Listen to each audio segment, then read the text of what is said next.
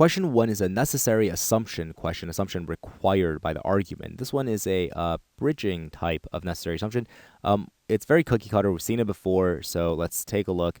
The city has chosen a contractor to upgrade heating system public buildings. Fine, so we select a contractor to get this job done. Only 40% of the technicians employed by the contractor, right? So this contractor employs technicians.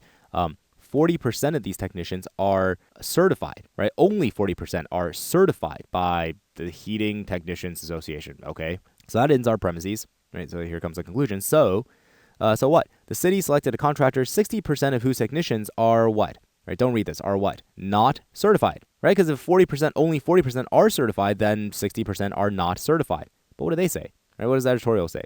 Unqualified? What? Unqualified? Oh, and you're outraged? Jeez, relax. You don't need to be outraged. Like, I don't even know if they're unqualified. All you've told me is that they're not certified, right? So that's the bridge. You need to link this.